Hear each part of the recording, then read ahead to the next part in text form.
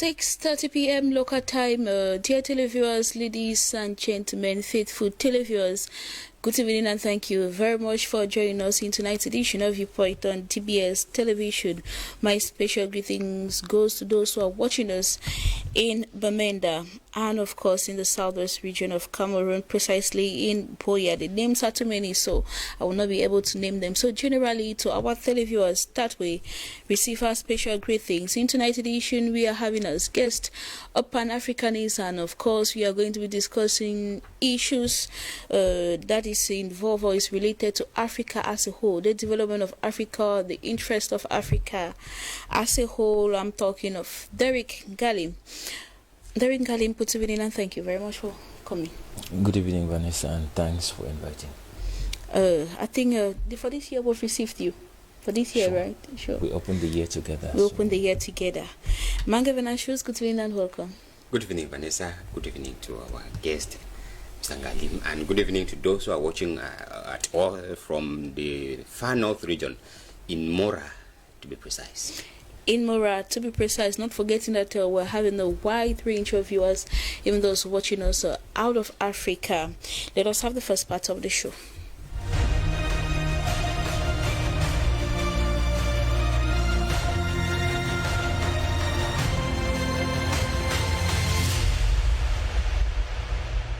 In question one, most French African countries have failed to develop. Is there any reason for that? Derrick Galim, yes or no?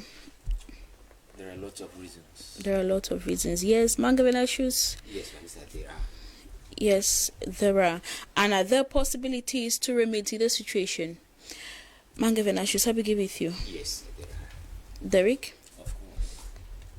Yes. Coming up next, let us have the debate.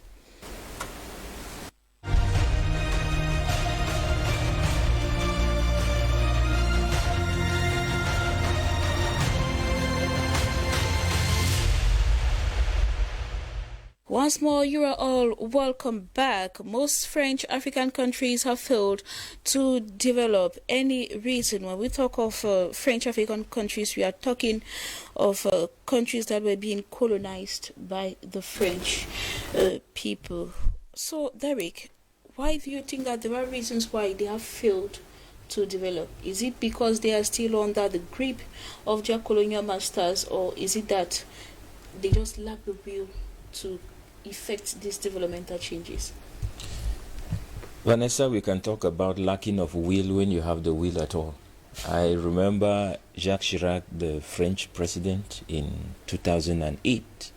He made a statement: without French Africa, France would slide down to the ranks of a third world nation. It was not a misnomer, if I could call it that way. He made a statement consciously after almost 60 years of studies from the period when the alleged independence was granted to African countries. I call it the alleged independence because it was simply paperwork. Nothing actually happened. And they have reasons why nothing happened. If they did not tell us at the time, Jacques Chirac did say it. And de Gaulle has repeated it severally, either through his terrorist actions, if I could put it that way, or through the indirect way he continues to tell us. There is what we refer to as the French Colonial Pact. That's the pact for the continuation of colonialism. It's just something, as an African leader or president, if you cannot sign, you cannot have any hopes or dreams of ever becoming an African president. And therefore, when they reach countries where it is not possible to have a puppet or a stooge, if I should put it that way, what they do is they rule out the parliament from the system of government and they elect a president so that it becomes easy to manipulate the president, who is alone, because it's not easy to control the crowd. And this pact has a number of strings which attach or put a firm grip on African colonies in such a way that they cannot develop.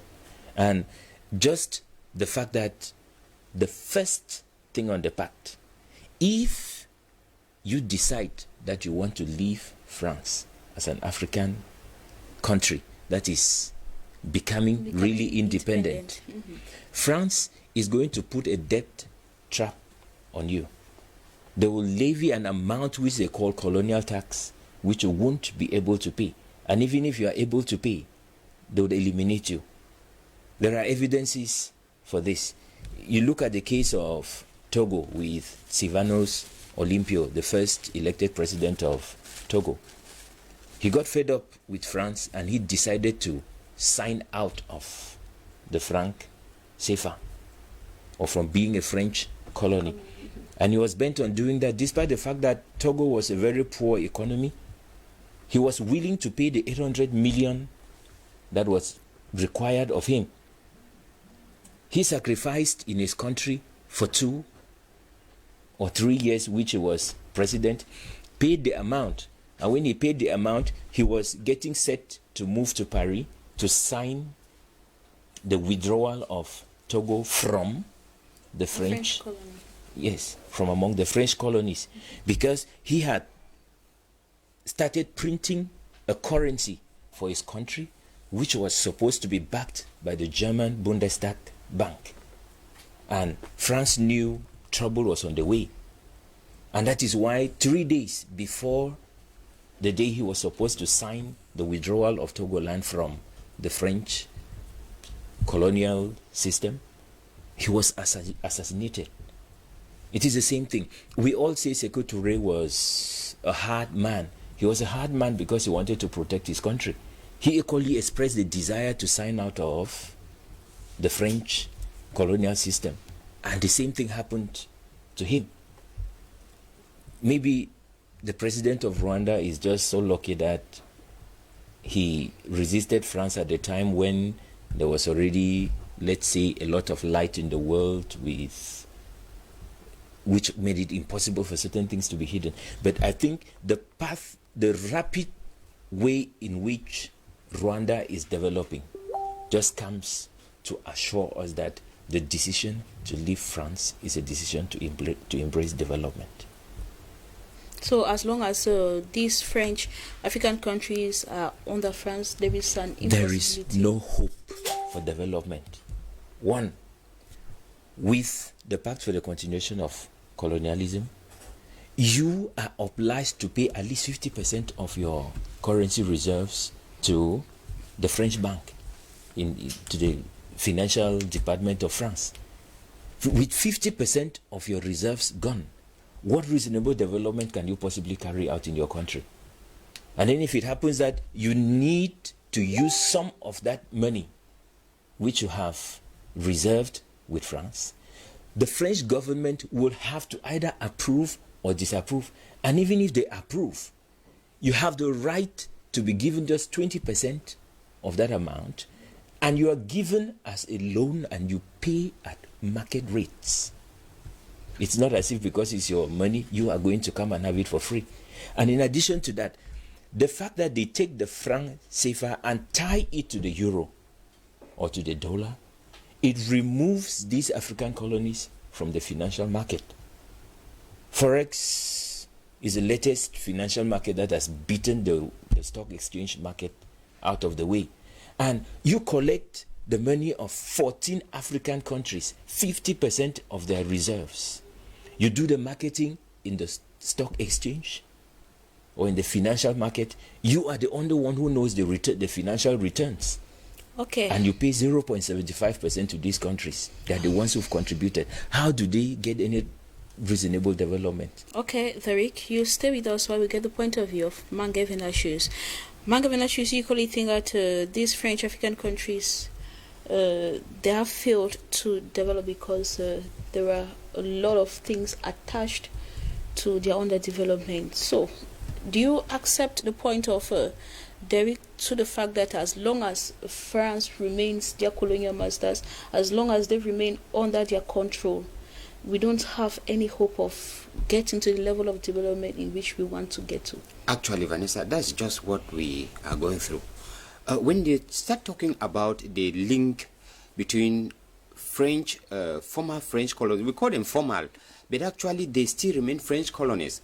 African speaking, French speaking countries and the relationship between them and France, when you want to think logically, you see that even a child in a primary school cannot access such terms of conditions to exist. Because you don't tell me, like Mr. Ngalim was saying, the financial link between France and the African colonies, it is so I don't want to call it childish. It is so abnormal that when you tend to ask, those who sat and signed on behalf of these African countries, what were they thinking? And if their target was just to become a president, maybe they exchanged the whole lives of generations of Africans because they just wanted to become a president. Because you will not tell me that if I have money in your pocket, you decide how much and when I use that money, which I call my own money.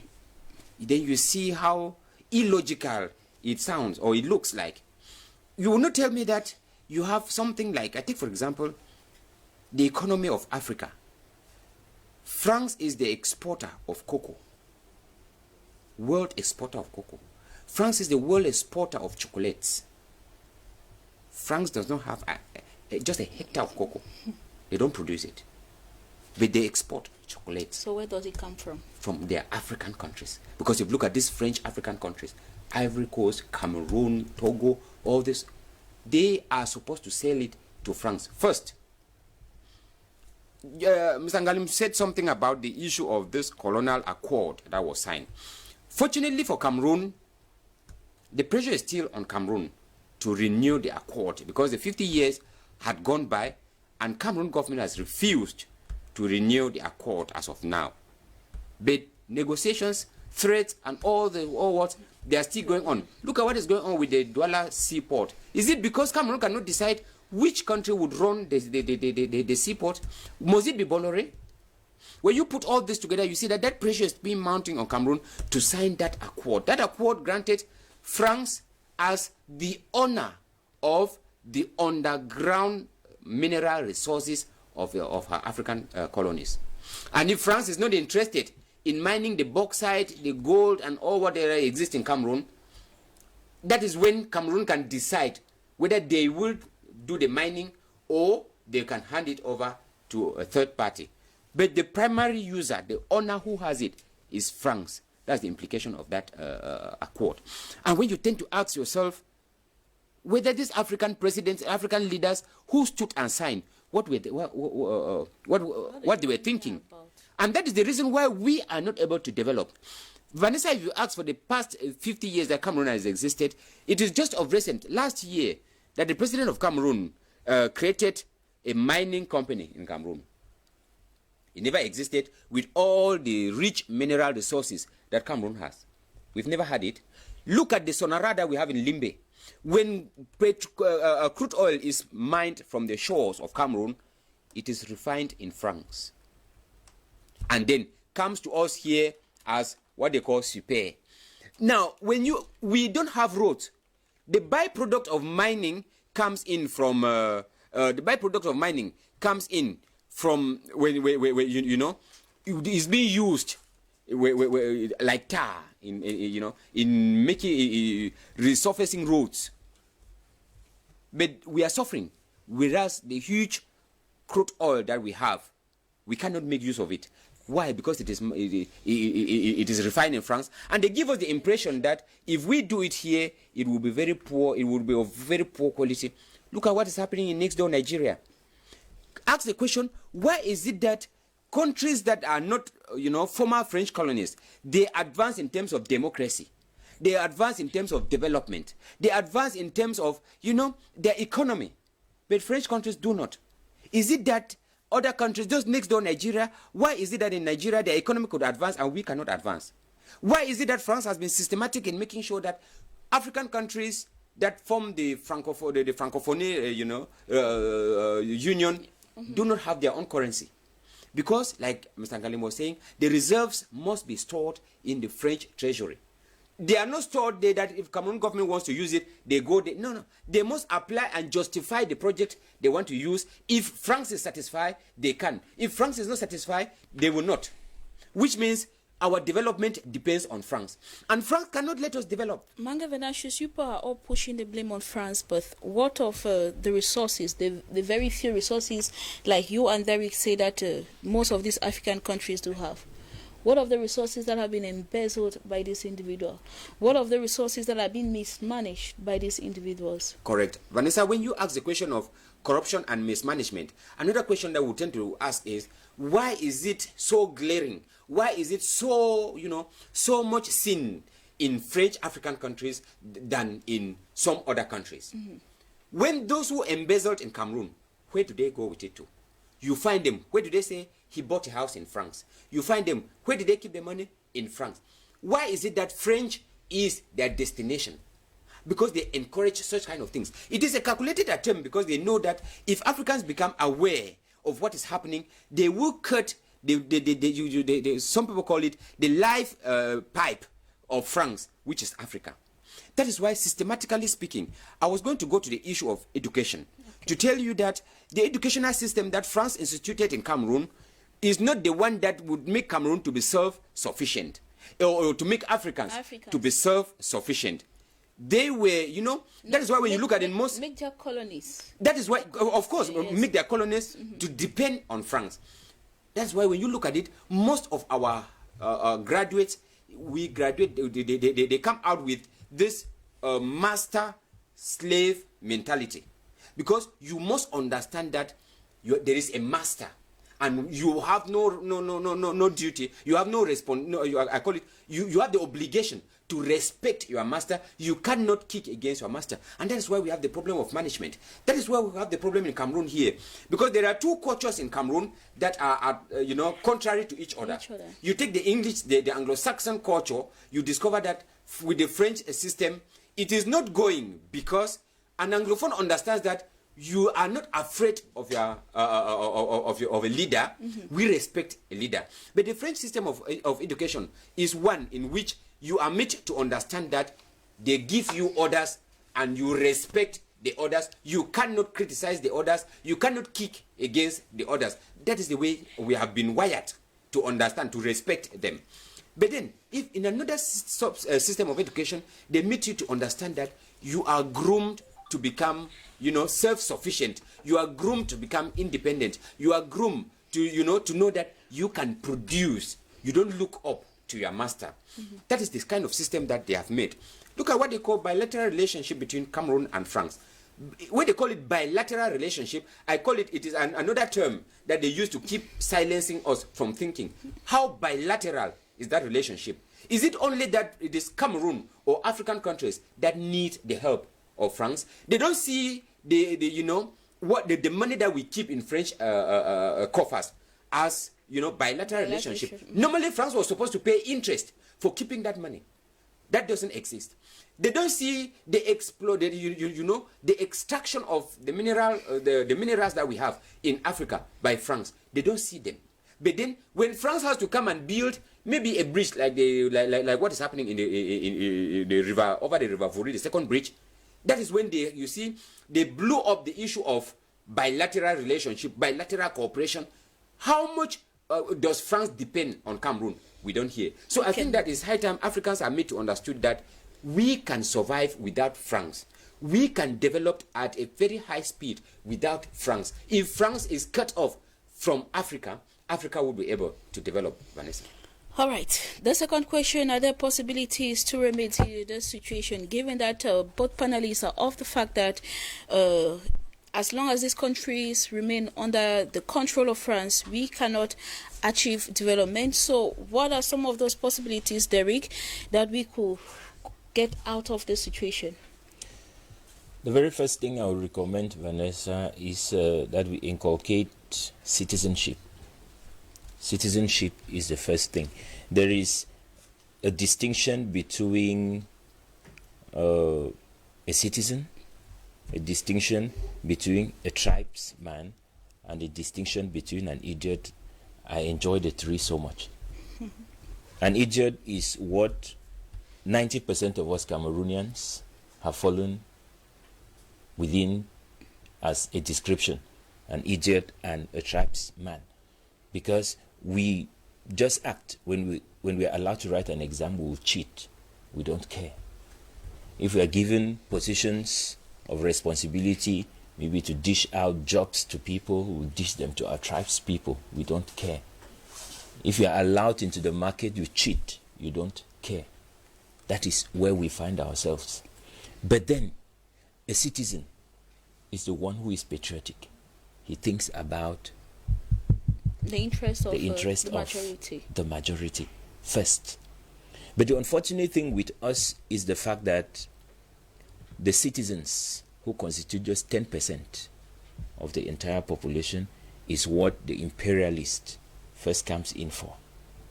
Either they tie you to some trap which you can't escape unless you shut up your mouth and follow whatever they want, or they give you a double nationality. And then when they get you stuck to the presidential seat of a particular country, you have no option than to work for home. Now you're working not for your country, but for your second country, because they let you believe you're a citizen. That's why all the presidents of French Africa are all either belonging to France as a second nation or something. How do you expect that to work? It's like I take my son and I send him to come and rule over you. Do you expect he's going to disfavor me to your favor? I don't think he so. He won't do that. So the first thing is for Africans to inculcate citizenship, patriotism, love for the fatherland. The second one is genuine unity. When I talk of genuine unity, if we are where we are, it's because the Europeans, the imperialists, they sat together and split us into portions which they could easily manipulate and control. Why were they not able to break into Africa when Africa was just a single nation? Because they discovered that united, it was impossible to conquer them. But when they split them into little nations, they were able to manipulate and control. And I would strongly recommend that we end what we call democracy. It is not meant for Africa, and it is never going to work. Africa will never find the face of development as long as we stick to democracy. It is not workable within the circumstance of Africa. Anyway, the effects of neo-colonialism is there already. They're just so powerful. Democracy is the worst effect of neo-colonialism, I should say. Africa had its own administration, which was so transparent. You could not take a decision alone. But they brought democracy because they discovered that Africa was so united and decision making was so stringent that it was difficult for you to unilaterally take a decision. They had to begin from quarterheads to sub-chiefs, and before it reaches the traditional council, believe me, it was a well thought through decision that was going to be taken. But they brought in democracy because they discovered that the only way to tear us apart was to bring in a system that we do not fully understand and which could easily be corrupted. Then we need to take charge of our education system. Why should France decide what we study? And then France can never let us go, because when they look at the number of billions of dollars that leave Cameroon every day, because France has about 15 textbooks on book lists which are used by millions of Cameroonians. I bet you there are trillions of dollars. Is there a reason why they should let us decide what we have to study? So we have to take full charge of our education system. Manga Venashus, your point of view? Yes, Vanessa, I think that if we have to talk of ways of redressing the situation, I looked at it from three main points. Practical independence for African nations. Because we are independent on theory, and practically speaking, we are not. That is why the French president would decide, in the face of a pandemic like the COVID-19 pandemic, the French president would tell African countries who are not ready to use the vaccine that they will not travel to France. As if France was the only place where one could go to. As if France was where you have to go to get oxygen to breathe. You can survive without going to France. There are many Africans who would never get into France, and they will live a fulfilled life. It's not as if you must go to France. So they should not tell Africans as if you are dictating, you know, the way French president talk to African presidents. He cannot talk to governors of his own regions like that. African presidents, why his elders? Of course, a majority of them are a majority. In fact, all of them. All of them. Because the French president is a child when it comes to African presidents. He is a child, and then he will get up to tell them what to do as who. So we need that real independence if African countries are supposed to develop. The second issue, we need financial independence. We must not use the French franc or the franc CFA. Because even when you look at the full meaning of franc CFA, it is an abuse. They take you people, group you together, and that is the money you will be using. And why is it that we cannot use the same value like the French franc? Because they understand the meaning. They understand the meaning that one French franc is equal to, I don't know, or 100 French CFA. Yes, it's equal to 1 French franc. When you put together, you see that this is an abuse. Because if you have to take the amount and go with it to France, you see that it will completely be nothing as compared to the French franc. Now, we have to look at French intervention in African affairs. Vanessa, where there is a crisis in Africa and French government appear there, that crisis will live forever. That is the experience that we've had in Africa. So they simply come to fuel it. They are not coming because they love us. They are not coming because they want the crisis to come to an end. They are coming to carry out what they call divide and rule policy. When they come in and, you know, raise the two parties, while you are fighting, they are gradually, constantly sipping out all the mineral resources from the country, uncontrolled. Vanessa, if we have to go to the realities of what the French intervention forces have been doing, look at what is happening in Mali. Is it because Malians cannot reason? They know the maneuverings that goes behind the scene to make sure that they antagonize Africans. Once they oppose you to your brother, then they come in to broker peace. And once they broker peace, they don't go out for free. Because there are crises going on in Africa where their interest is not there. You will never hear a French army. Why must French army be dying in Central Africa? Why must French army be dying in Mali? Whereas there are other crises. So when you put them together, you see that Africa, we don't need France as much as France needs us. If we cut the life pipe from France, France dies. And if we cut France from Africa, Africa lives more than they are living now. Okay, Mangavenashu, citizenship, genuine unity, revamping our educational system, complete independence, complete financial independence, and of course, avoiding French intervention in the crisis affairs in most African countries. We will thereby go independent or get complete independence from French rule. Derek Ngalim, thank you very much for your time and your contribution. Thank you, Vanessa. Mangavenashu, same to you and to you all televiewers. That said, we've come to the end of today's edition. Stay tuned to DBS Television for programs continue. Goodbye.